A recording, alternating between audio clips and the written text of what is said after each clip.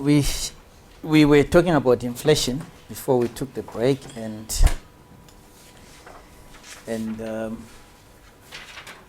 we talked also about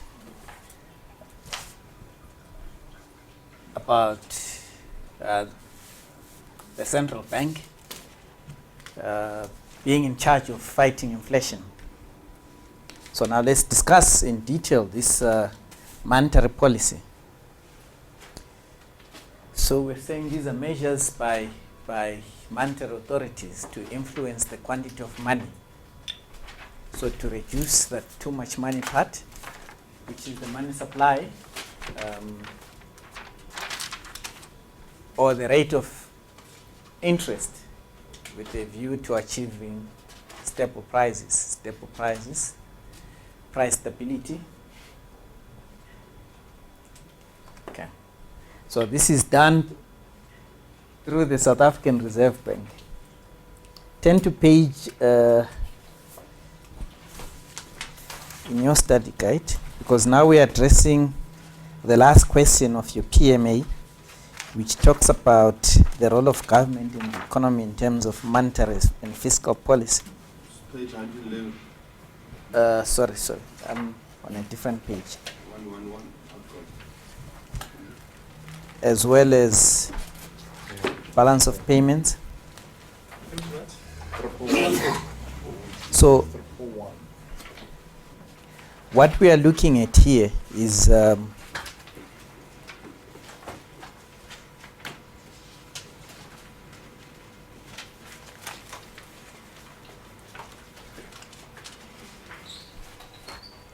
so we want to see you applying, we want to see you showing how monetary policy is affecting your organizations at your different workplaces. So that's what we want to see. Monetary and fiscal policies. Okay. Yeah. So we want to see this link between your organization, balance of payments, fiscal and monetary policy. Okay. From that diagram of being connected to each other. Okay. Now you look the emphasis on the current monetary policy, the emphasis is on market policies, right? Is on market policies. We hear much about the repo rate. The Reserve Bank has left the interest rate unchanged at 5%. What is this interest rate? Anyone? Is the interest rate not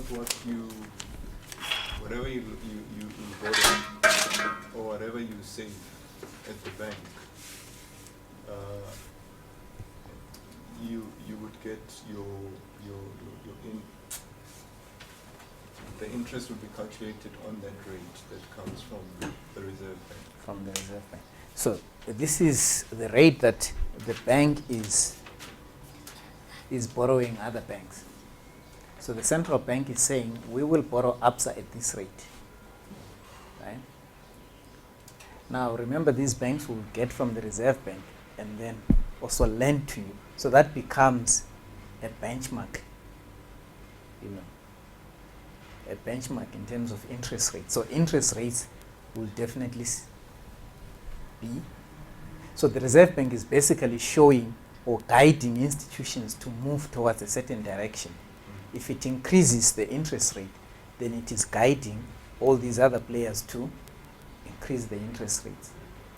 It is not forcing them, it is guiding them through market policies. So if you are going to borrow at 5% from the central bank, you definitely will not lend to Simpiwe at 4%, would you? Because you'll be losing, right? So they've been guided towards certain direction by a market policy. So they're not being forced, but this is the working of the market. Okay.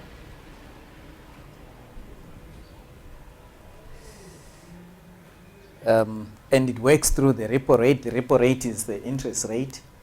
And then the open market policy. The open market policy consists of the central bank buying bills from buying government bonds on the market. The idea is still the same, to influence the interest rate. How it does this is this way. If the central bank decides it wants to reduce money supply, it wants to reduce money supply in the market, so what is it going to do? Money has to come back to the central bank, right? Money has to come out of the economy. So, how does money come out of the economy? The central bank has to sell treasury bills to the different banks. So it will sell treasury bills to ABSA, and then ABSA pays money.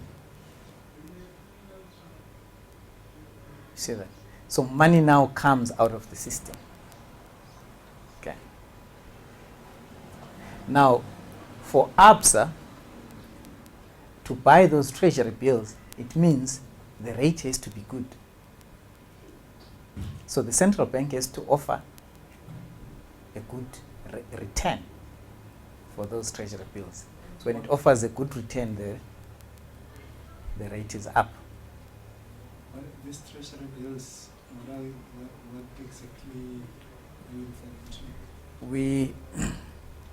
Okay. The government normally spends more than what it collects in revenue. So each year there is a budget deficit. So the budget deficit is the amount the government that it is spending more than what it's collecting. So government has to get that money from somewhere. It has to borrow that money. Okay. So the central bank then manages that part. Actually, the treasury, the central bank now will be trading in them. Okay. So it's using those and any other government securities when government borrows. So the idea now is to increase or reduce money supply. So if it needs to increase money supply, then what does it do? It buys treasury bills from the banks. You see, it buys from ABSA and pays with money. Then inflation targeting, we've discussed this and said South Africa pursues a range of, Bianca, you remember? Said what's the range? 3 to 6. 3 to 6. Okay. It's a policy that has got its own advantages in that when we say to the country, we want our inflation to be between 3 and 6%, it's transparent. Everyone knows that this is our goal. This is what we are pursuing. You know, everyone works towards that. There is nothing underhand. So it provides an anchor for inflation expectations. Okay. Now, if you look into that handbook, I wanted to ask you a question of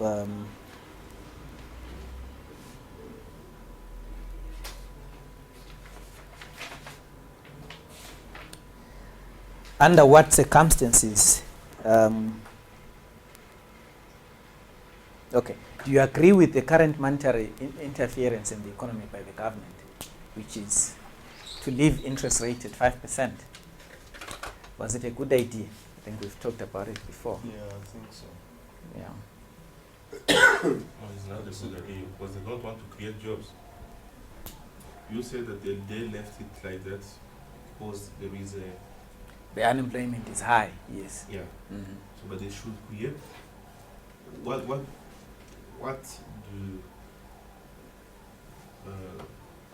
what is the strategy that they have in place to create jobs. To create jobs.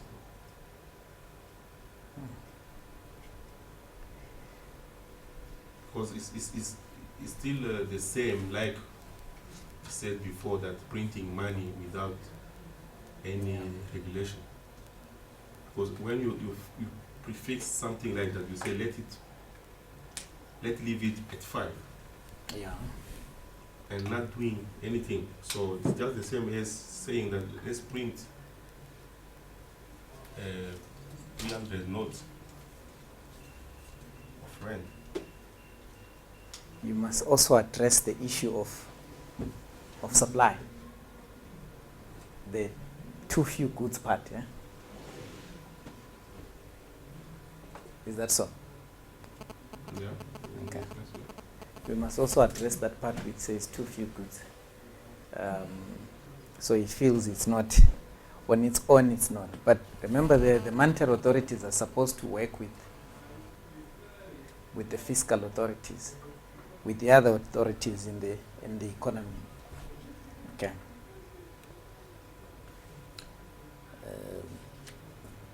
I want you to take a look at this. I think this is the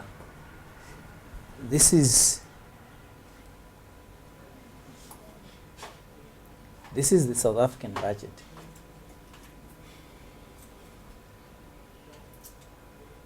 (2013) highlights. I'll go up and down.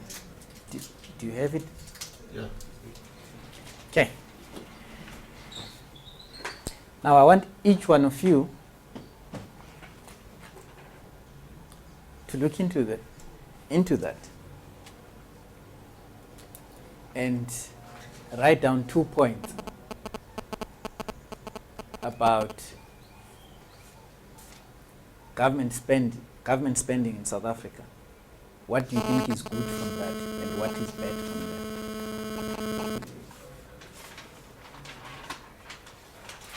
In 5 minutes, what do you think is good there? What is bad? Areas for improvement. So what you have there is just a little chart showing you where the money is going to.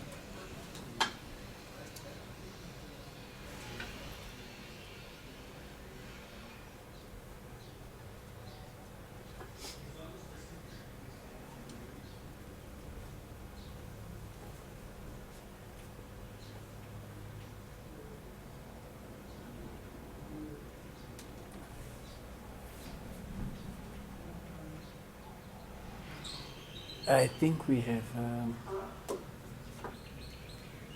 had quite some time to look at that and reflect on what we see. Right.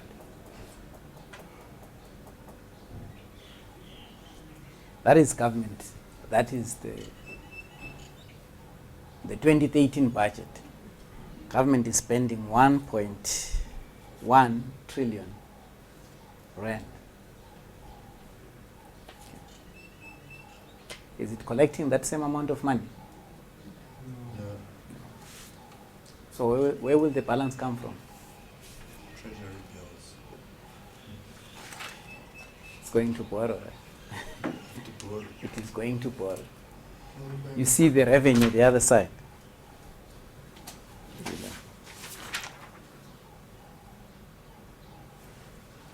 Revenue 985, but it is spending 1.1. Now, if you are going to borrow every year for 20 years, what happens to your debt? Gets bigger and bigger and bigger and bigger. Okay. Now, what I want us to do now is for each one of us has written something. Let us hear what you have jotted down. Let us hear what you have jotted down from that look of the budget. We want to start there. Shall we say ladies first? Bianca, you want to go first? The positive things were a bit more challenging than the problem areas. Okay. So the first thing for me is Home Affairs. They've allocated 22.8%. There's no known strategy on how they're going to address the issues that actually cause the expenditure to be so high in Home Affairs. For instance, UIF, which is linked to unemployment, all these extra benefits which they provide.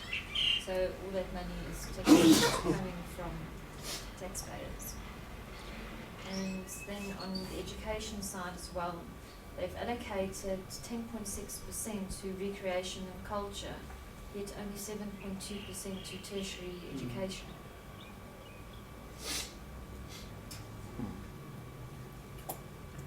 Then on the other side, they've allocated 11% to housing initiatives and 17.7% for water.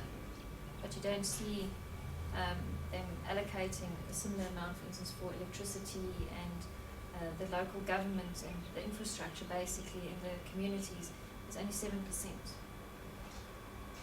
So they're expanding in communities and housing, but the rest of the infrastructure, they don't seem to be putting the same amount of importance in those areas. Then also they've Quite a very good observation there. You know, if you're going to be expanding on your housing, you know what happens to already priced electricity needs there. Yeah, continue, sir. And for transport in the economic affairs, 9.7% is allocated for transport. That can be a positive influence as increased and improved transport will improve the ability for people to become employed, as travelling might possibly become cheaper or easier accessible for people to travel. So that's good for the economy. Yes, and then they've also stated here tax relief of 7 billion rand, which will effectively improve small businesses' effectivity and productivity.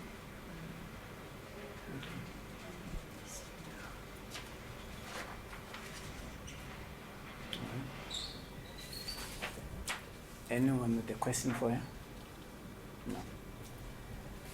My first observation is that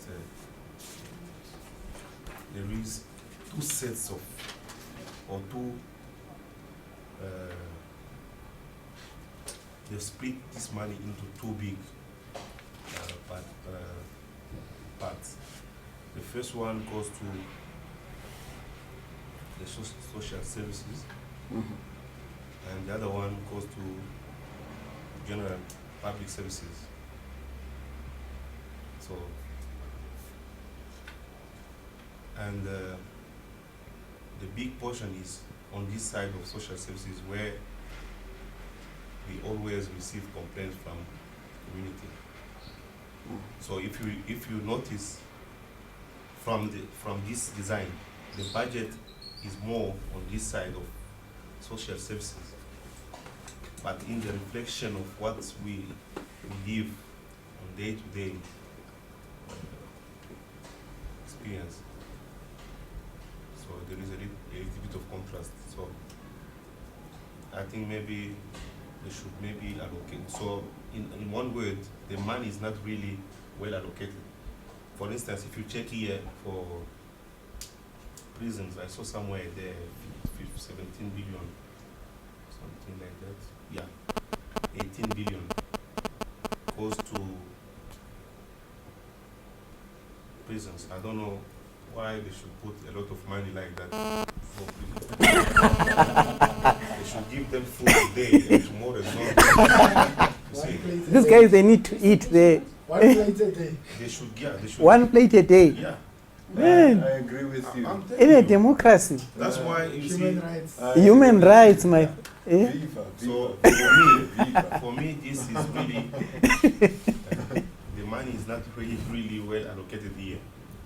But just to add, not that I agree with Pierre, but I think what he's saying is quite interesting. Yeah. This morning I was watching, I'm not sure if it was on YouTube or Morning Live, and they were interviewing.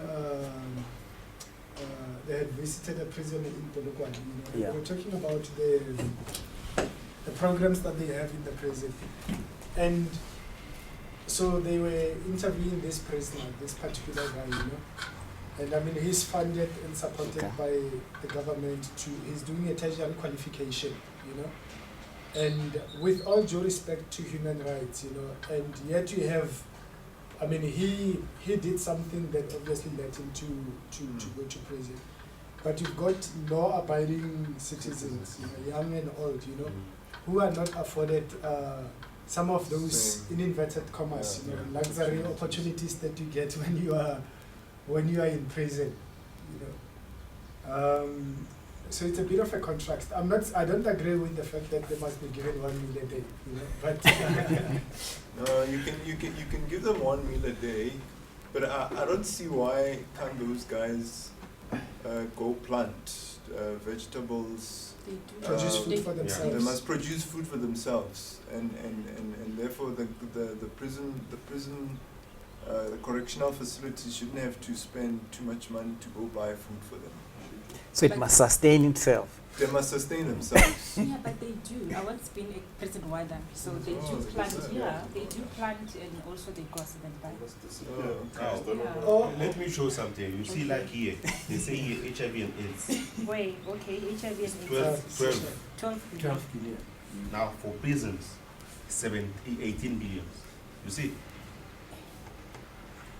So your idea is you can cut the no, this is Yeah. wrong. Yeah.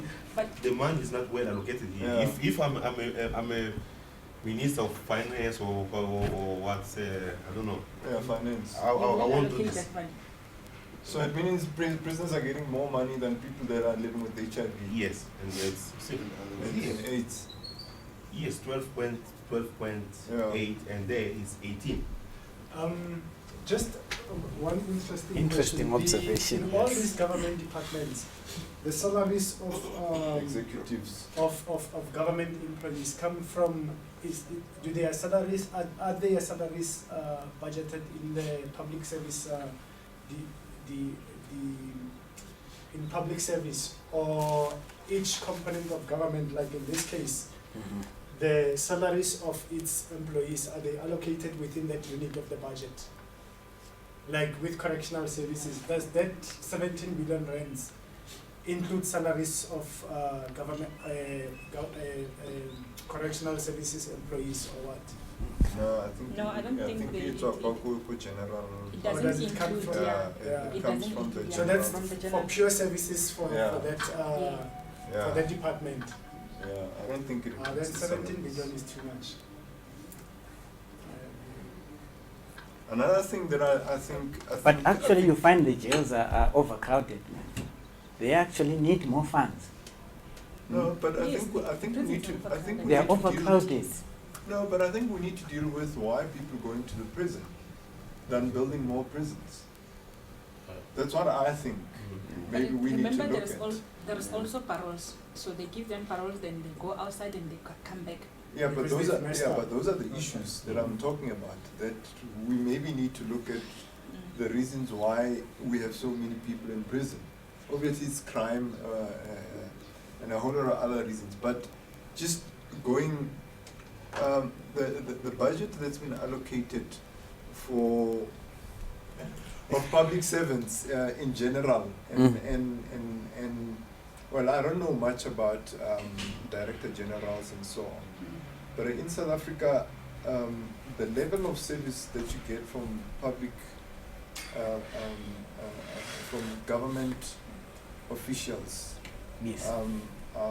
well, with the exception of SARS and a few others, but the service that you get in hospitals, the service that you get in when you go for your UIF, when you go to help that you're supposed to get from their work, you go to the police station, you try and get help, you don't get help. It's pathetic. I'm not saying all of them, No, I agree. but with the salaries that are there being paid, and I don't know if there's any performance standards, the appraisals that they have to sign or that they have to abide by and so on. But yeah, I don't know. I think that amount is not justified for what we're getting out there. No, I work for public service. I agree with you. Because we don't use the Batubili principles. Understand? Yes. So Yes. and we expect, like, in terms of performance appraisals, we expect to get Yes. more. You understand? So It's I agree entitlement. with you. That mentality. It is entitlement, but we should be able to, use the principle Batubili. And you know, Thabo Mbeki said it once in Parliament, and I can remember clearly. He said, those public servants who come to work as late as possible, and they go home as early as possible, and they do as little work as possible, and they come to work as little as possible.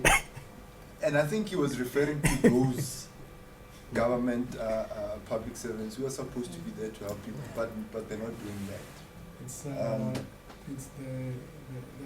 the root for that problem. It's what do they call it? Deployment. Oh, the strategies. deployment. Yeah. Deployment. Brandon, what have you observed in this? From what I observed is also majority of it is also a lot. If you actually analyze it long enough, you're going to find that a lot of the funds are actually misused as well as mismanaged. And I think one indicator that I found out here is from the consolidated government expenditure. You've got the defense, which is like 44.8 billion. Well, we know full well we already have like 5 aircrafts that cannot even be flown because we don't have Pilots. for them. So that's there already showing that's misspent. Also, And our so- education, that is very high, but then again we need it. So they're pumping as much money into that, but the thing is nothing's happening there. which is I quite think we're throwing worrying. money into an empty hole where we're not Yeah. addressing the problems properly from the beginning. And you find some countries have produced excellent education less. systems with With less less money. money, yes. So what is wrong here? Because here's the money, it's there. It's the Somebody textbook- says it's too the much. text- The textbook In Limpopo. saga.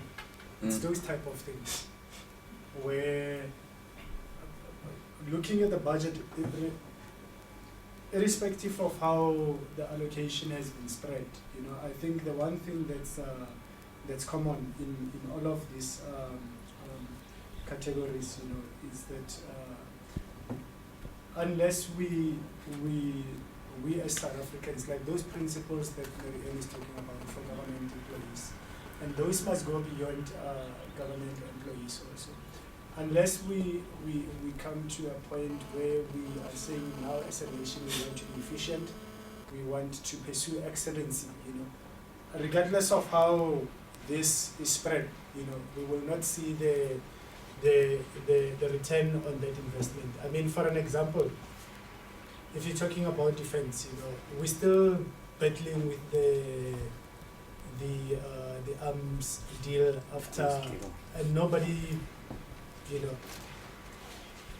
ordinary people, I even have lost hope of thinking that we will ever know what happened in that side. There seems to be a lot of harshness. So it's about just being, being efficient, like we were saying earlier, that's to 200 rands plus. Yeah. I think it goes back to spending, how effectively we spend our budget. There's a lot of money that could be saved in the government. Lots of billions that could Mary? be saved. Yes, I agree with him, because now what's happening in government, I know we have to create jobs for service providers. Yes, We tend yes. to use service providers, for example. Let me give you example with cleaning, whereby we can absorb these guys, and put them on a contract Yeah. or on a permanent, Permanent. whereby it's less, we will be saving. So Yeah. we Yes, tend to yes. get the service providers to do the Yeah. job, and I think it's something that the president also emphasized with regards to that. Another thing here that I've picked up is the money that's been spent for child grant support versus tertiary education. I honestly don't see why we should be spending money on child grant support when when what we actually need to be doing is to start making South Africans realize that you Yeah. need to work Yeah. for things in life. Yeah. You Yeah. need to go to school, Yeah. work, and make things happen for yourself. And you know, I on that one I agree with you strongly there. That has been one of my arguments there. That look at the amount. You know, It's actually what- 41.8 billion. you know rand. what It's a lot of money. what makes me sick about this budget actually is that you have a budget that is close to 1.2 billion, right? And more than half of it is going to social services. Yeah. You know. Where is the money to build infrastructure and capacity in this country? You know, you're giving child support for 41 billion rand. That's a lot of money. For I what? say there is a big contrast. So But remember, this could be my opinion, and you might view it differently. You know, others will say, you know, they would have their reasons to say, no, this is justified spending. People are not making, you know, they are not. They are finding it difficult to survive. Do you want children to die and all that? But they still get this money, they drink the money, they go do their lifestyles and all those things. Whereas they'd rather spend this money, this make this more child, babies. Yeah, they make more babies. this child grant support. If you are going to spend 41 million rands on child grant support, rather use that 41 million rands to you know, there's a saying that you can teach teach a man how to give a man a fish, Yeah. Okay. feed him for a day, Okay. teach him how to fish, you know, Yes. feed him for a lifetime. So I Yes. think Yes. even in that Yes. context, you know, the kids still needs to be fed and to be taken care of. We cannot run away from that fact. Okay. Yeah. But it's how you do that, you know. So to give them that money, and look here, when you compare like agriculture, forestry, and fishery, the top there, top left, is Mhm. 23 compared to this child support grant, 41, almost up. See, Bianca, do you agree on the child support? I do, but when you start looking at these things and how they allocate money, they're just trying to keep people's mouths shut. They want houses, give them houses. Yeah. They want grants, give them grants. They're not addressing, they don't care about the people. Yeah. They just want to stay in power. Yeah. It's not about anything. Yeah. As you've said as well, there's no indication that they really want to build the infrastructure. They don't want to No. better the situation. Yeah. They can make loans, Buying they can votes. increase their debt, they don't care. Buying votes. In 5 years' time, hey, it's the next person's problem. Yeah. They've got their part, so let's move on. Yeah. It's a big problem there. I don't see on health services. I don't see the NHI. I'm just wondering where is it absorbed in all this What?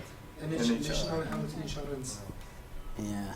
You see, I want to bring also your attention to that top corner there, which says debt service costs. Yeah, that's also another.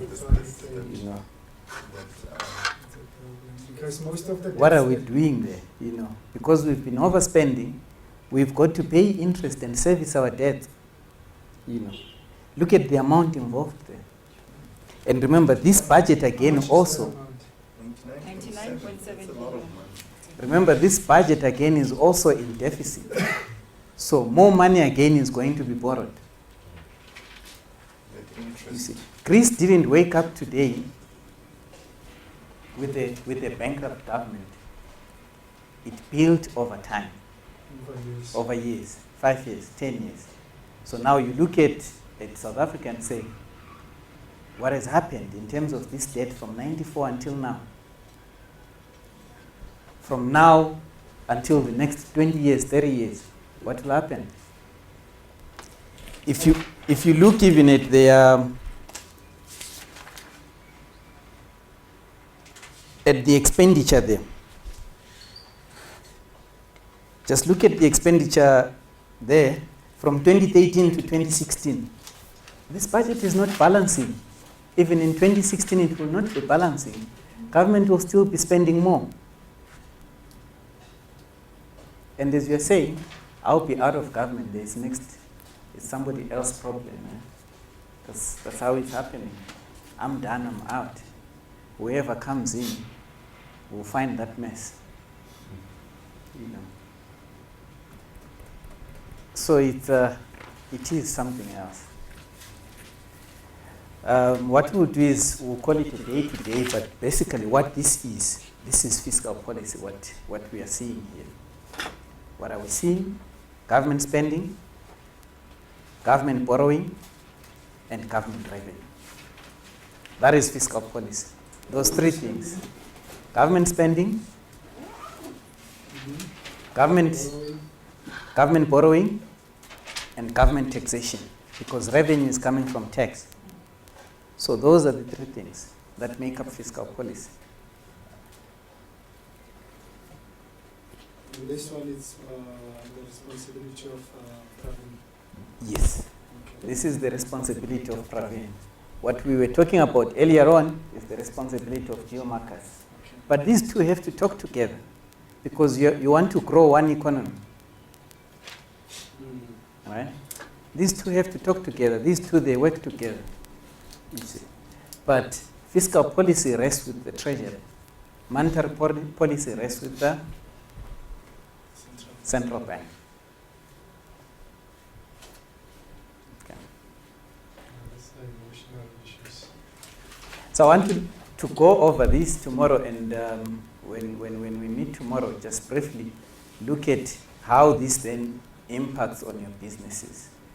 You know, this fiscal policy, this budget. Are there issues that are here that have a direct impact on your business, that have a direct impact on your organization? For example, if you are contracted to disperse the social grants, and you'll be smiling all the way. Each time these are going up, it's huge business for you. You know. So look at it in terms of the different organizations where you're at, and see how this has an impact on those organizations. You know. And then we take it from there tomorrow, and also continue by looking at, having talked about all this then, what then is the role of government within this economy? Is it just to tax us and hire classes with our money? Because it is our money. We are the taxpayers. It is our money. So people have a right to be angry when they see their money being spent on classes. It is your money. It is your money. You have a right to be angry. Okay. I think we can call it a day, eh?